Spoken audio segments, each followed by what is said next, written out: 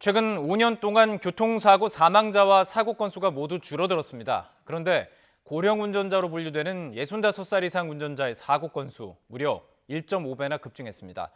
특히 보행자 안전까지 위협하는 만큼 근본적 대책이 시급해 보입니다. 백종규 기자가 취재했습니다. 사찰 입구로 진입하던 승용차가 인파를 향해 돌진합니다. 갑작스러운 사고에 50대 여성이 숨졌고 12명이 크게 다쳤습니다. 승용차가 회전 교차로에서 경계석을 들이받은 뒤 중앙선을 넘어 아파트 경비 초소를 추돌합니다. 6살 어린이와 경비원 2명이 크게 다쳤습니다. 모두 65살 이상 고령 운전자의 운전 미숙으로 일어난 사고입니다.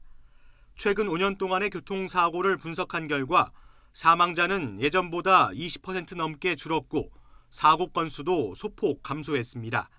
그런데 65살 이상 고령 운전자 사고는 무려 1.5배나 급증했습니다. 사망자도 20대에서 60대까지는 모두 감소한 반면 60살 이상은 증가했습니다.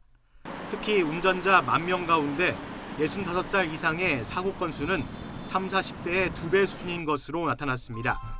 고령자는 신체와 인지 반응이 떨어져 탐색 시간이나 차선 인식거리, 합류 시간 등 상황 대처 능력이 부족하기 때문입니다. 최근 면허증 자진 반납을 유도하고 75살 이상 운전자의 면허 갱신과 적성 검사 기간을 3년으로 줄이는 등의 대책이 나오고 있지만 결격 사유가 있는 고령 운전자를 제대로 걸러내기엔 역부족이라는 지적이 나옵니다.